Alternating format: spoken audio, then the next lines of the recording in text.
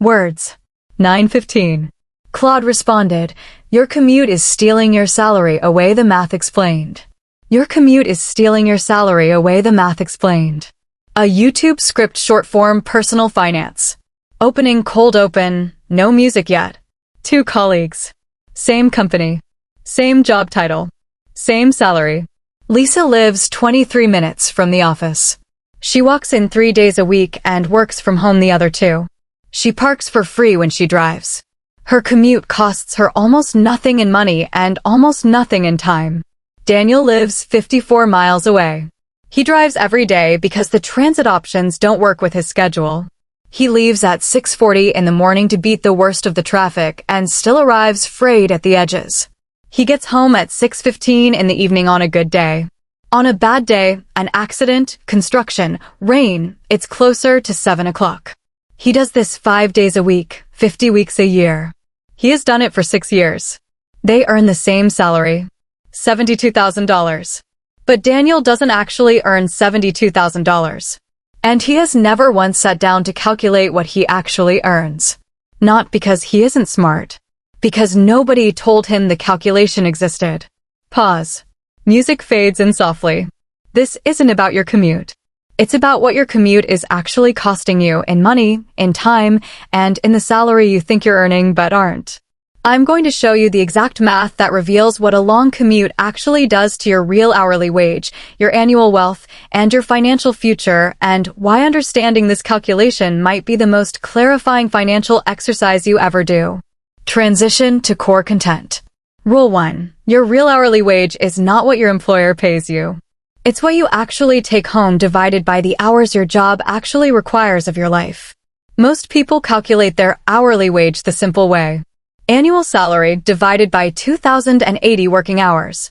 For Daniel, that's $72,000 divided by 2,080, which gives him $34.61 per hour. That's the number he carries in his head. That's the number that makes him feel reasonably compensated. But that calculation is missing something enormous. It is missing the hours his job requires that his employer doesn't count as working hours. Daniel's daily commute is 108 miles round trip and takes approximately 2 hours on an average day. 5 days per week. 50 weeks per year. That is 500 hours of commuting annually. 500 hours that exist solely because of his job. Hours he would not spend sitting in traffic if the job didn't exist. Hours that belong, in every practical sense, to his employment even though they appear on no timesheet. Add those 500 hours to his 2,080 working hours, and the real number of hours his job requires of his life is 2,580 per year. Now divide his salary by that number. $72,000 divided by 2,580 is $27.91 per hour. Not $34.61. Not the number he carries in his head. $27.91. Daniel has been earning nearly $7 less per hour than he believed. And he has been making career decisions, lifestyle decisions, and financial decisions based on a number that was never accurate. But here's what most people miss. We haven't started on the money yet. That was only the time. Rule 2. Your commute has a direct dollar cost that most people dramatically underestimate because they never add it up annually. Let's build Daniel's real commute cost from the ground up. He drives 108 miles per day. The IRS standard mileage rate, which approximates the true all-in cost of operating a vehicle including depreciation, fuel, maintenance, insurance allocation, and tires, is 67 cents per mile as of 2024. That is the honest cost of driving a mile, not just the gas. 108 miles multiplied by 67 cents is $72.36 per day in vehicle costs. Over 250 working days, that is $18,090 per year. Add parking. Daniel pays $12 per day at the office garage. That's $3,000 per year. Add the meals. Because Daniel leaves before his household is moving in the morning and arrives home after dinner is reasonable, he buys breakfast near the office twice a week and lunch 4 days a week. That's approximately $14 per day in meals he wouldn't otherwise purchase.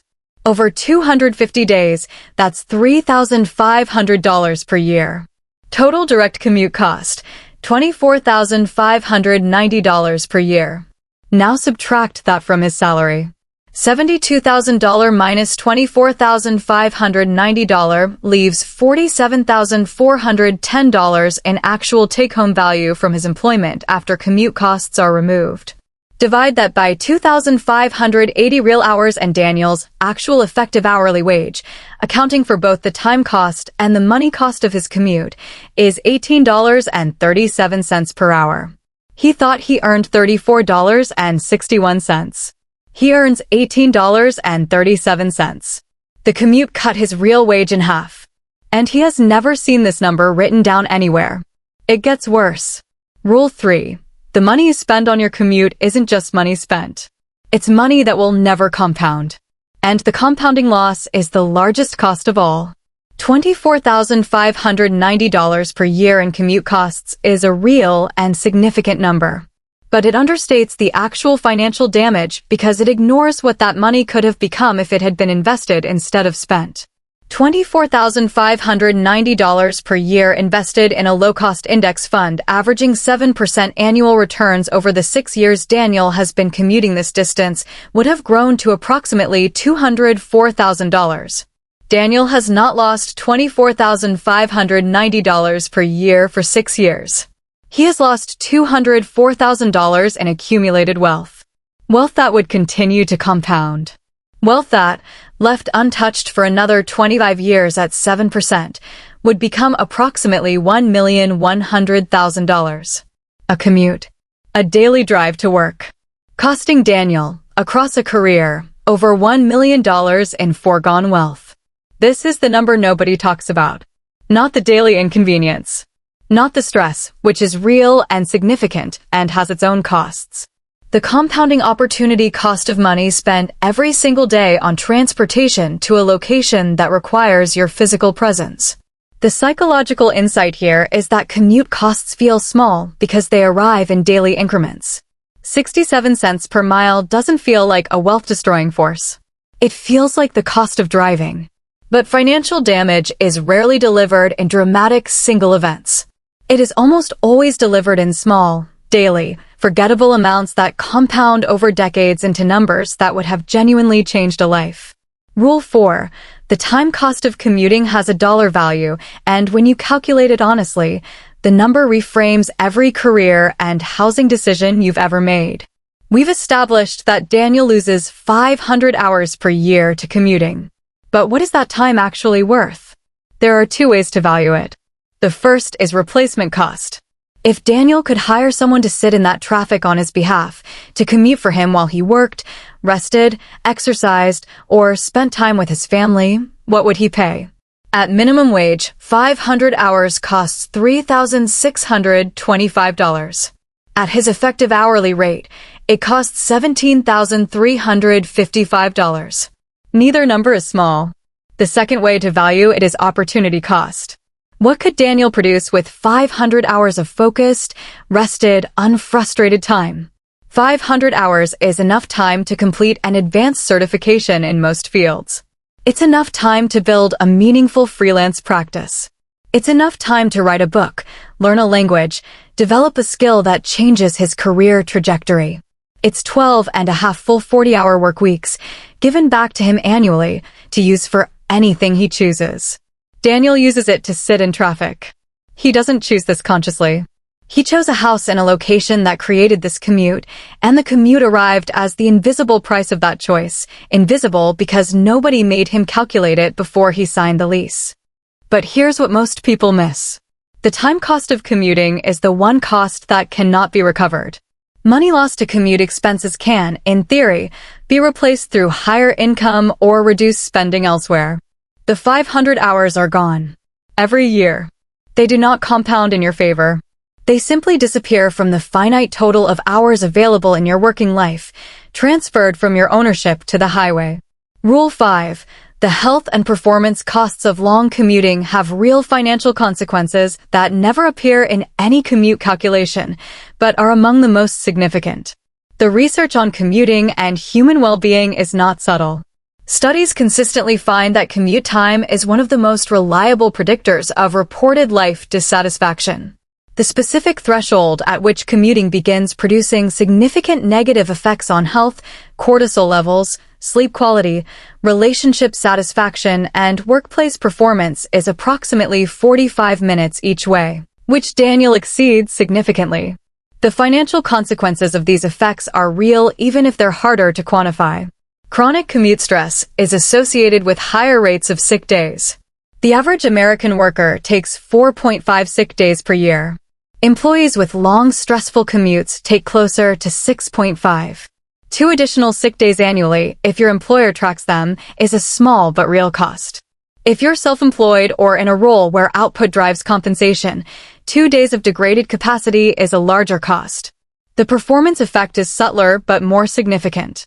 Daniel arrives at work having spent an hour in traffic, in a physiological stress state, without the morning routine that prepares him to think clearly. The research suggests commuters perform measurably worse on cognitive tasks in the hours immediately following a stressful commute compared to employees who arrive unfrustrated. Over a year, the cumulative performance gap between an employee who arrives ready and one who arrives depleted represents a real difference in output, in quality, and potentially in career advancement. The career advancement cost is the one that compounds most dangerously. A promotion that arrives 1 year later because performance during commute-degraded periods was consistently slightly below peak represents a salary differential that plays out across the remainder of a career.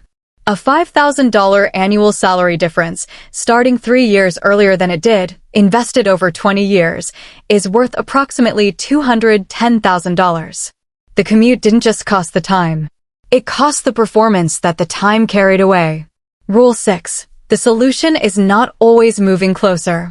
It is always calculating first, and most people make their housing and career decisions without ever doing this math. This rule is about the decision that creates the commute before it exists, and the information gap that makes bad decisions feel like reasonable ones. When Daniel chose his house 54 miles from his office, he ran a straightforward calculation. The house was larger and more affordable than comparable properties closer to the city. He calculated mortgage payment versus rent savings. He did not calculate commute cost. He did not calculate time cost. He did not calculate health cost or performance cost or compounding opportunity cost. He calculated the visible, immediate, obvious financial variable and ignored the ones that were slightly harder to quantify. He made a decision that cost him, as we've established, over $1 million in lifetime wealth based on incomplete information that was entirely available to him if he had known to look for it. The calculation is not complicated. Before any housing decision, add the following to your monthly costs: your daily mileage multiplied by the IRS rate, multiplied by your working days per month, plus parking, plus the additional meals and convenience spending your commute generates. Then add the time cost, your commute hours per month, multiplied by your actual effective hourly wage. That total is the real monthly cost of the location. Compare it to the apparent savings of living farther from work. In most cases, the apparent savings disappear. In many cases, the closer location is actually cheaper when the full calculation is completed. Nobody teaches this calculation. It isn't in any standard home buying checklist. It isn't in any standard budgeting framework. It is just the math, sitting available, waiting to be done, while millions of people make the most consequential housing decision of their lives based on square footage and mortgage payment alone. Transition to closing. Lisa and Daniel still work at the same company. Same title. Same $72,000 salary on the offer letter. Lisa's effective hourly wage, when her minimal commute cost and time are factored in, is close to what the offer letter says. The number in her head and the number in reality are approximately the same. Daniel's effective hourly wage is $18.37. He has worked for 6 years under the impression that he earns $34.61 per hour and made every financial decision during that period against a number that was wrong by nearly half. The difference between them was not income. It was information. Lisa happened to live close to work, partly by design, partly by circumstance. Daniel happened to live far, partly by preference, partly because he never ran the numbers that would have changed the preference. The math in this video is not intended to tell you where to live or whether your commute is worth it. Some commutes are. Some locations offer enough in quality of life, in community, in family proximity, in cost of housing, that the commute cost is a genuinely reasonable trade-off when both sides of the ledger are visible. But both sides need to be visible. That's the only point this video is making. You are allowed to choose a long commute. You are not well served by choosing it without knowing what you're choosing. Daniel is going to run this math this week. He told me so. He doesn't know yet what he's going to do with it. Maybe nothing changes immediately. Maybe he negotiates 2 remote days per week, which would cut his annual commute cost by 40%. Maybe the calculation eventually factors into a different housing decision. Maybe it changes how he thinks about the next job offer and whether the salary is actually what it appears to be. What changes for certain is that he now knows the real number. And the real number, once you've seen it, is very hard to unsee. Your salary is not what your offer letter says. It is what remains after you subtract everything your job costs you to show up. Calculate that number. Then decide if the commute is still worth it. OUTRO, clean, minimal, no rush. End card. If this math surprised you, share it with one person making a housing or career decision right now without running these numbers. And if you want the full framework for calculating your real effective hourly wage across every hidden job cost, that video is next. End of script. Approximate word count, 2,050 words. You said, you are a viral YouTube scriptwriter specializing in high-retention personal finance content. You are a viral YouTube scriptwriter specializing in high-retention personal finance content. Write a long-form YouTube script, 4,000 to 5,000 words, in the exact style of a viral minimalist finance video.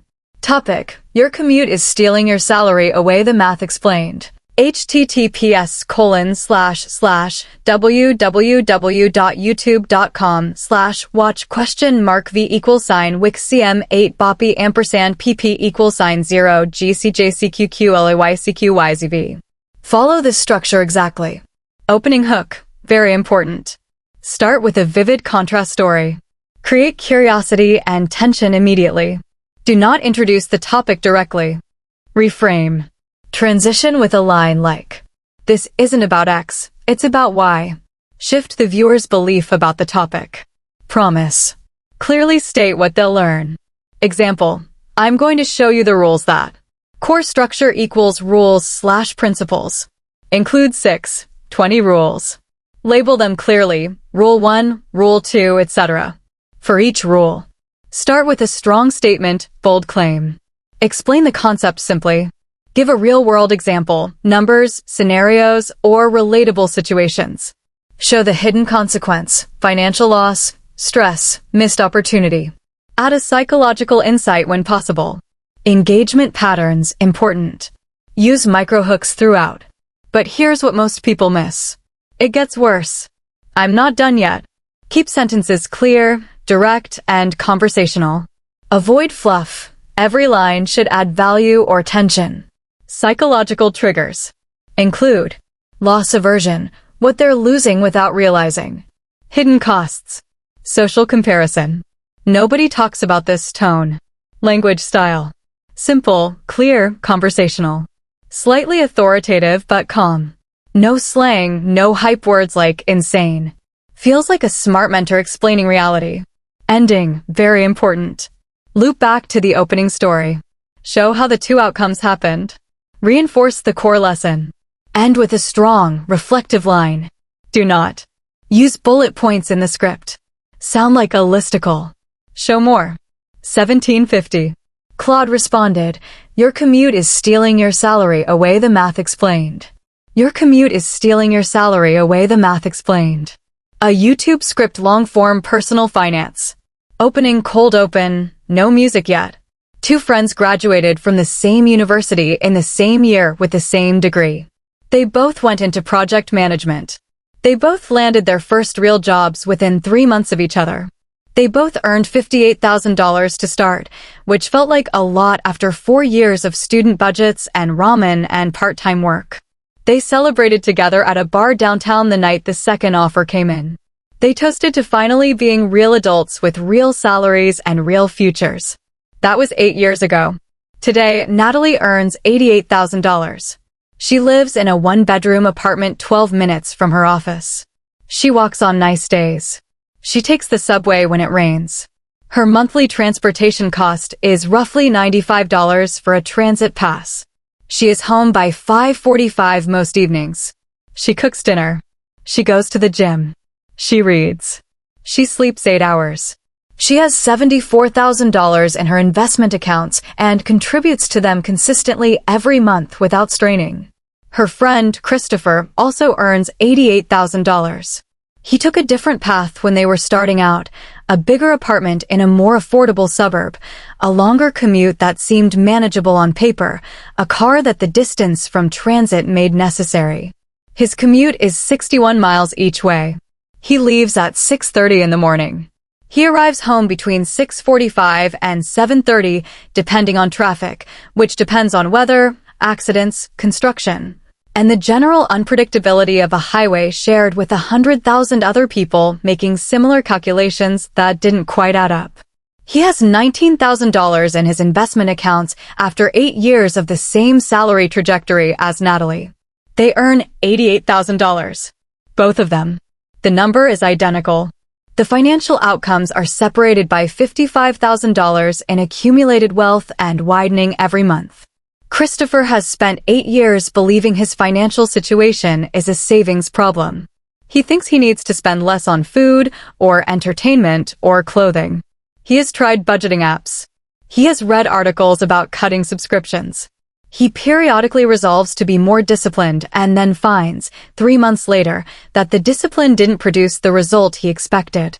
He has never once calculated what his commute actually costs him. Not the gas. Not the total. The real number. The complete, honest, fully loaded number that accounts for every dollar and every hour his daily drive to work extracts from his financial life. Nobody told him the calculation existed. And not knowing it existed has cost him, in ways he is about to understand for the first time, far more than any subscription he ever forgot to cancel. Pause. Music fades in softly. This isn't about your commute being long or short, convenient or miserable, or whether you prefer driving to transit. It's about the fact that your commute has a real, calculable, compounding financial cost that almost nobody has ever shown you how to measure, and that cost, once you see it clearly, reframes not just your commute but your housing decisions, your career decisions, and the way you think about every job offer you will ever evaluate for the rest of your working life. I'm going to show you the exact rules for understanding what your commute is actually costing you in money, in time, in compounding wealth, in career performance, and in the most important number most workers never calculate, your real effective hourly wage. These rules will not tell you where to live or whether your commute is worth it. That is your decision to make. But they will make sure, possibly for the first time, that you make it with complete information rather than the partial picture that most people carry for their entire careers. Transition to core content. Rule 1. Your salary is not what your employer pays you. Your salary is what remains after you subtract everything your job requires you to spend to show up. This is the foundational rule. Everything else builds on it. And it is the rule that, once understood, makes the entire commute conversation impossible to ignore. When you receive a job offer for $88,000, you read that number and you make a set of immediate, largely unconscious calculations. You estimate your monthly take-home. You decide whether the lifestyle it supports is acceptable. You compare it to other offers or to your previous salary. The number $88,000 becomes the anchor against which every financial decision in your working life at that job gets made. But $88,000 is not what you earn. It is what your employer pays you. Those are different things. What you earn is what remains after you subtract the costs that exist solely because the job exists. Transportation to and from the job. Meals you buy because the commute disrupts your ability to prepare them. Clothing you purchase because the role requires it. Childcare that extends because the commute extends your time away from home. Parking. Tolls. Vehicle depreciation driven by work mileage. All of it. Every dollar that flows out of your pocket as a direct consequence of going to this job every single day is a dollar that reduces what the job actually pays you. For Christopher, the number that starts at $88,000 will look very different by the time we're done with this calculation. And the difference between where it starts and where it actually lands is the number that explains everything about the $55,000 gap between him and Natalie. Rule 2. The true cost of driving to work is nearly double what most people estimate because most people only count gas. This is where the math begins, and it begins with a number most people have never used for this purpose. The IRS publishes a standard mileage rate each year that is designed to represent the true all-in cost of operating a personal vehicle for 1 mile.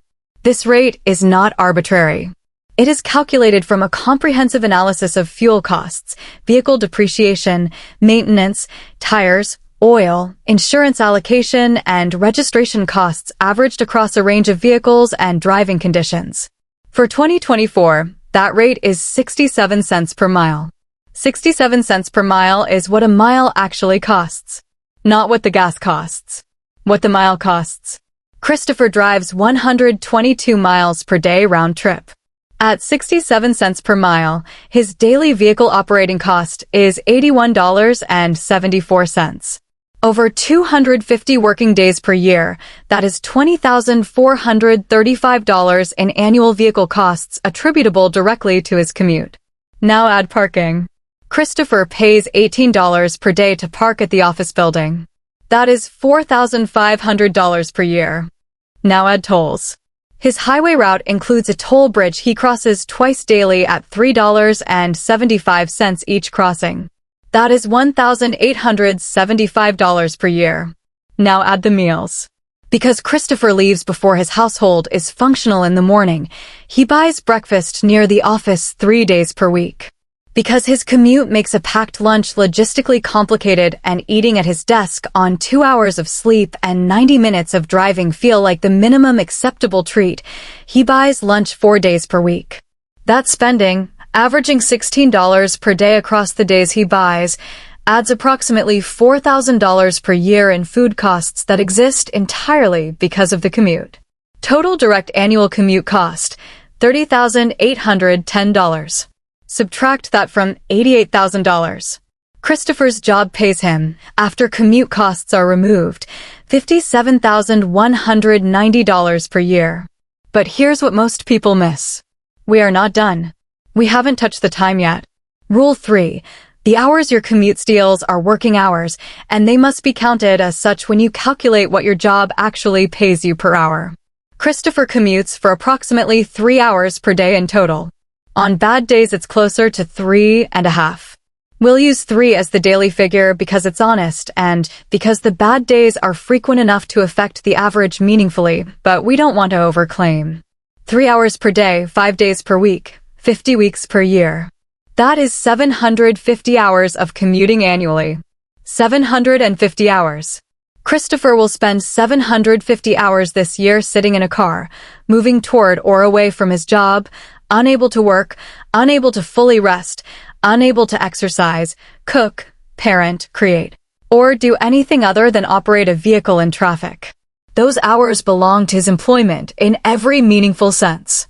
They exist only because the job is where it is and he lives where he lives.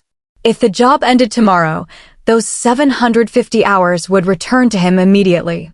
Add those 750 hours to his standard 2,080 working hours, and the real annual time cost of his job is 2,830 hours. Now calculate his real hourly wage.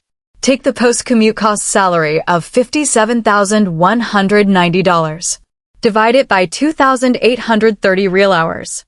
That is $20.21 per hour. Christopher's offer letter said $88,000, which implies a $42.31 hourly rate. His real effective hourly wage, accounting for both the money and the time his commute extracts, is $20.21. He has been earning $20.21 per hour while believing he earns $42.31. He has been making every financial decision in his life, his housing budget, his car choice, his savings rate, his investment contributions, against a number that was wrong by more than 100%. It gets worse. And I mean significantly worse. Rule 4. The money you spend on commuting is not just money spent. It is money permanently removed from the compounding engine that builds wealth. And the compounding loss dwarfs the direct cost. $30,810 per year in commute costs is a number serious enough to change behavior on its own. But it is not the real cost. The real cost is what that money would have become if it had been invested rather than spent on getting to work. $30,810 per year invested in a diversified index fund averaging 7% annual returns over the 8 years Christopher has been commuting this distance would have grown to approximately $339,000. Christopher has not lost $30,810 per year for 8 years, which is $246,480. He has lost $339,000 in accumulated invested wealth. The difference between the two numbers, approximately $93,000, is pure compounding. It is the growth that the invested money would have generated on itself, year after year, doing nothing but existing in an account he didn't touch. And the loss doesn't stop there. That $339,000, if left untouched in an investment account for the next 25 years at the same 7% return, would grow to approximately $1,840,000. Christopher's commute, across a full working career, is on track to cost him somewhere in the range of $2 million in foregone wealth. Not because of one dramatic financial mistake. Because of a daily drive that costs $82 and 3 hours and produces nothing permanent except the arrival at a building he will leave again in 8 hours. The psychological insight here is critical. The human brain is extraordinarily poor at evaluating costs that arrive in small daily increments and accumulate over decades. $82 per day does not feel like $2 million over a career. It feels like the cost of driving. The gap between what it feels like and what it actually is represents one of the most significant and most consistent wealth destruction mechanisms in the financial lives of working people.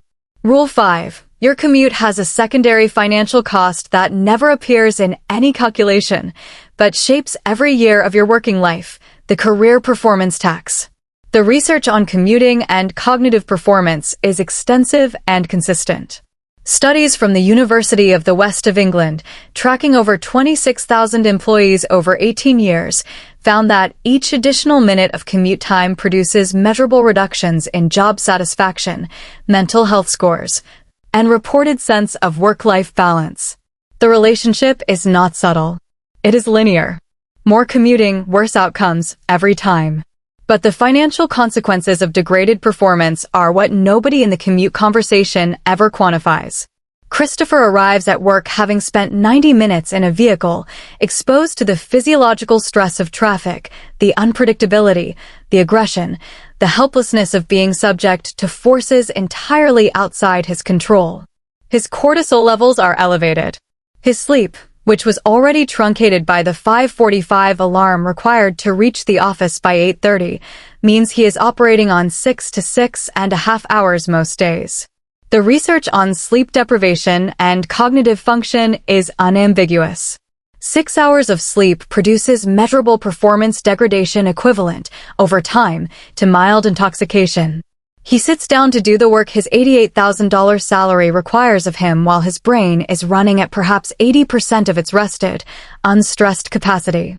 The career cost of this compounds quietly. The project managed slightly less brilliantly. The meeting entered slightly less prepared. The idea not quite fully developed because the mental energy required to develop it was spent on the highway. The promotion that arrives 12 months later than it would have for someone arriving rested, focused, and at full capacity. The raise that is slightly smaller because the performance that justifies a larger raise was consistently slightly below what the person is actually capable of. A salary that would have been $95,000 2 years earlier is $95,000 now. That 2-year gap, at the $7,000 annual difference, represents $14,000 in lost earnings over just that period, and significantly more when the compounding of a higher salary base across the remainder of a career is included. The commute didn't just take the time and the money. It took the performance that the time and money were needed to support. Rule 6. The housing decision that created the commute was made with incomplete information, and making it again with complete information almost always produces a different answer. This is the rule that most people resist most strongly because it implicates a decision already made that feels costly and complicated to reverse. But the resistance is worth examining because it is often based on a comparison that was never accurately completed. When Christopher chose his suburban apartment 8 years ago, he ran a calculation. The apartment was $480 per month less expensive than a comparable unit closer to the city. Over a year, that was $5,760 in apparent savings. Over 8 years, that was $46,080 in housing cost savings that made the suburban choice seem financially sound. He did not subtract the $30,810 per year in commute costs from those savings. If he had, the calculation would have shown that his apparently cheaper housing was actually costing him $25,050 more per year than the city apartment, not $5,760 less. The cheaper house was generating a $25,050 annual financial loss that he couldn't see because it didn't appear on the rent statement. Nobody showed him this calculation. It wasn't in the apartment listing. It wasn't in any conversation he had with his landlord or his real estate agent or his financially well-meaning friends. It was just the math, sitting available, waiting to be done. While he made a decision worth hundreds of thousands of dollars based on the one number that was written down and visible rather than the several numbers that were real but required calculation to surface. But here's what most people miss. The decision doesn't have to be reversed entirely to change the outcome. The calculation, once done, opens conversations that weren't available before. Remote work negotiations become financially quantifiable. A move slightly closer, not to the city center, but 20 miles closer, reduces the commute cost meaningfully without requiring a dramatic lifestyle change. A hybrid arrangement that eliminates 2 or 3 commuting days per week cuts the annual cost by 40 to 60%.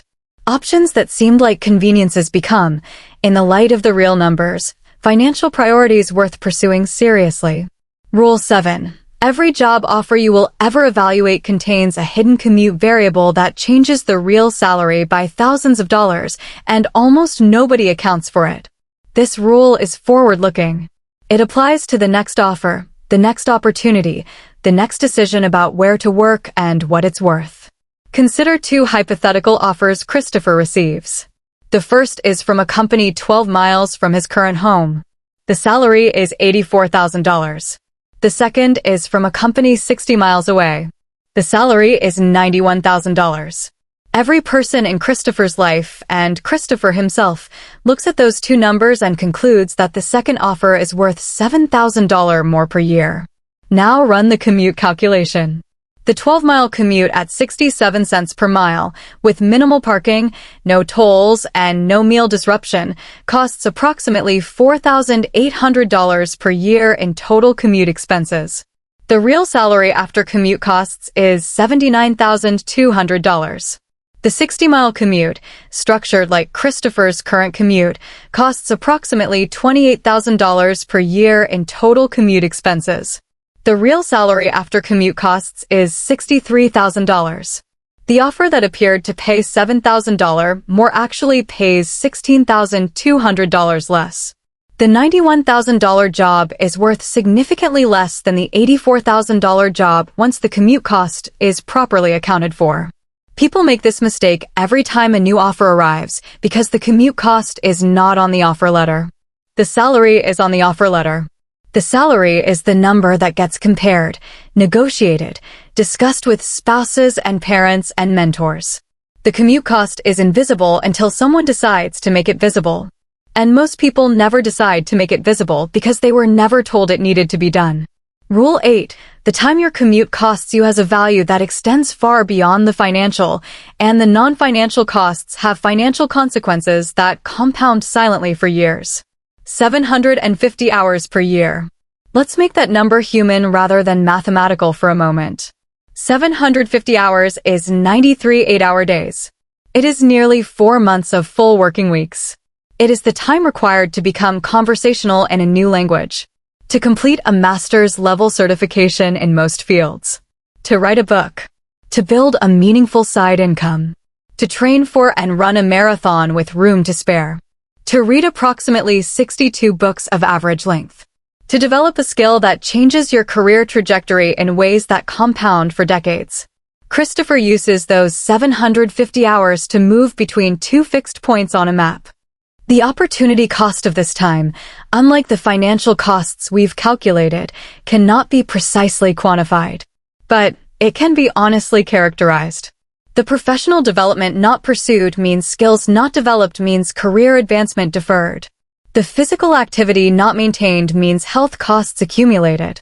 The relationship time not available means partnership stress that, in its own way, has financial as well as personal consequences. The mental recovery not achieved means performance impaired at both ends of the commute, at the job and at home. These costs don't appear in any spreadsheet. They appear, gradually and unmistakably, in the life. And when people who spent decades in long commutes describe what they would change about their working years, the commute appears near the top of nearly every list. Not the salary they chose. Not the promotions they pursued. The time they gave to the road. Rule 9. Remote and hybrid work arrangements represent the most significant financial benefit most employers have ever offered, and most employees have never calculated its dollar value. The shift toward remote and hybrid work over the past several years was discussed primarily in terms of flexibility and work-life balance. Those are real benefits. But the financial benefit of remote work, calculated honestly, is one of the largest compensation changes available to most workers, and most of them have never assigned a dollar value to it. For Christopher, the ability to work from home 2 days per week would eliminate 300 commuting days from his annual total. That is 300 fewer days of $81.74 in vehicle costs, $18 in parking, $7.50 in tolls, and approximately $16 in additional meals. Per day saved, the financial value of a remote workday is approximately $123. 300 days at $123 per day is $36,900 in annual financial benefit. Working from home 2 days per week is worth $36,900 per year to Christopher. It is the equivalent of a $36,900 raise, delivered not through the payroll department, but through the elimination of costs that were never properly accounted for. When Christopher's employer offers a hybrid arrangement, he should negotiate for it with the same energy and preparation he would bring to a salary negotiation, because the financial stakes are comparable. When a company rescinded remote work options in recent years and required full return to office, employees understood that as a convenience loss. It was actually a compensation reduction of tens of thousands of dollars per year for every employee whose commute was significant. The employees who understood this negotiated accordingly. The ones who didn't accepted a pay cut without ever being told it was happening. Rule 10. The stress cost of commuting is real, measurable, and produces financial consequences through health expenses, relationship strain, and decision-making impairment that most people never connect back to the commute. This rule asks you to connect dots that most people keep in separate mental categories. The American Psychological Association's annual Stress in America survey consistently identifies commuting as one of the most common sources of daily stress for working adults. The physiological response to traffic stress, elevated cortisol, heightened fight or flight response, frustration from unpredictability and loss of control, is the same response triggered by genuinely threatening situations. Your body does not distinguish between a predator and a traffic jam at the biochemical level. Both produce a stress response. The traffic jam produces it for 90 minutes, twice daily, 5 days per week. Chronic stress at this frequency and duration produces measurable health consequences. It is associated with higher rates of cardiovascular issues, immune suppression, disrupted sleep, anxiety, and depression. Each of these consequences has a financial dimension. Healthcare costs, sick days, medication, therapy. All of it real, all of it cost-bearing, none of it typically connected to the commute in the accounting most people do of their financial lives. The relationship dimension is similarly real. Research consistently shows that commute time, especially when it exceeds 45 minutes each way, correlates with reduced relationship satisfaction, increased conflict frequency, and lower reported quality of family time. The financial consequences of relationship deterioration, in extreme cases, in divorce proceedings and their costs, are among the most significant financial events in a person's life. In less extreme cases, the stress carried home from the road affects the quality of every evening, every weekend, every interaction that constitutes a life. None of this appears in the commute cost calculation. All of it belongs there. Rule 11. The comparison most people make when evaluating their commute is the wrong comparison, and using the right one changes the entire decision. Most people evaluate their commute by comparing it to other people's commutes. 45 minutes feels reasonable because a colleague does 90. 60 miles feels manageable because a neighbor does 80. The reference point is other commuters, and by that standard, almost any commute can be rationalized as within the normal range. This is the wrong comparison. The right comparison is not other commutes. It is the life that the time and money of this commute would build if they were available for something else. 3 hours per day is a gym, a side business, a genuine hobby, 8 hours of sleep, cooking real food, being present with your children during the hours when they are actually conscious and available. It is the time that the version of your life without this commute would have to work with. $30,810 per year is a retirement funded 15 years earlier than currently projected. It is the down payment building faster. It is the debt paying down without the painful sacrifice of other categories. It is the investment account growing with the kind of consistency that produces genuine financial independence over a career rather than the perpetual feeling of running in place. The comparison is not your commute versus their commute.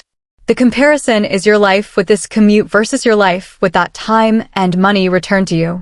When the comparison is framed correctly, it is not close. And the fact that most people never frame it correctly is why most people never make the decision that the honest comparison would produce. Rule 12. The first step is not moving, negotiating, or changing anything. The first step is calculating the number, because the number changes what every other decision looks like. This rule is about the sequence, because sequence matters more than most people realize. The instinct when confronted with an uncomfortable financial truth is to immediately evaluate whether you can change the underlying situation. Can I move closer? Can I negotiate remote work? Can I find a job that pays the same with a shorter commute? These are the right questions. But they are premature if the number hasn't been calculated yet, because without the number, you don't know how urgently the change is needed, how much it's worth pursuing, or how to evaluate the trade-offs of alternatives. The calculation comes first. Here is exactly how to do it. Take your annual work mileage, your daily round trip times your working days, and multiply it by 67 cents. Add your annual parking cost. Add your annual toll costs. Add the additional meals and convenience spending your commute generates each year. That total is your direct annual commute cost. Subtract it from your gross salary to get your post-commute salary. Then count your annual commute hours, daily commute time times working days. Add them to your 2,080 standard working hours. Divide your post-commute salary by the total hours. That is your real effective hourly wage. Write that number down. Look at it. Compare it to the number on your offer letter. The gap between those two numbers is the size of the decision in front of you. And now, for the first time, you can make that decision with the information it requires. Rule 13. The best time to run this calculation was before you took the job. The second best time is right now. The calculation doesn't require an immediate dramatic response. It doesn't require you to quit, move, or append a life that has other factors, proximity to family, school quality, community, a partner's job, a house you love, legitimately influencing it. What it requires is honest engagement with the real numbers so that every subsequent decision is made with complete information rather than the partial picture that most people carry. Christopher can use the calculation to open a hybrid work negotiation that his employer may be more receptive to than he assumes, because the conversation can now be framed in terms of total compensation rather than convenience. He can use it to evaluate whether the suburban location still makes financial sense given current commute costs or whether a move slightly closer would pay for itself within 18 months. He can use it to look at the next job offer he receives with the clarity that the full cost comparison provides rather than the surface-level salary comparison that has been misleading him for 8 years. None of those steps require a crisis or a dramatic sacrifice. They require the calculation and then the willingness to let it inform the next decision. The hidden consequence of not running this calculation is not a single catastrophic event. It is another year and then another of making important decisions against inaccurate numbers while the gap between what you believe you earn and what you actually earn silently costs you the financial life you believe you're building toward. Rule 14. The wealthiest outcome is rarely the highest salary. It is the highest real effective hourly wage sustained over the longest period, with the most of what remains actually captured and invested. This is the rule that ties the entire framework together. Natalie doesn't earn more than Christopher. She earns the same.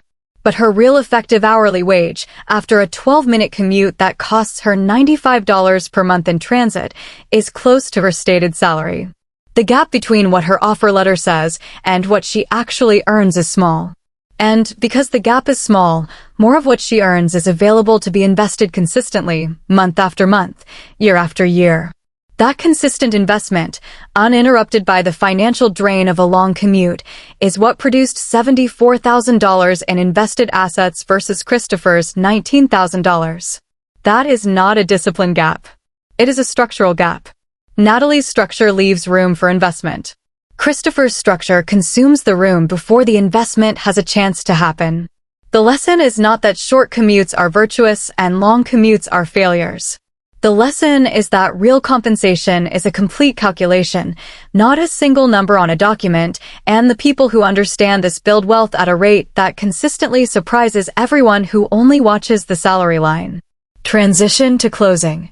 Natalie and Christopher both earned $88,000.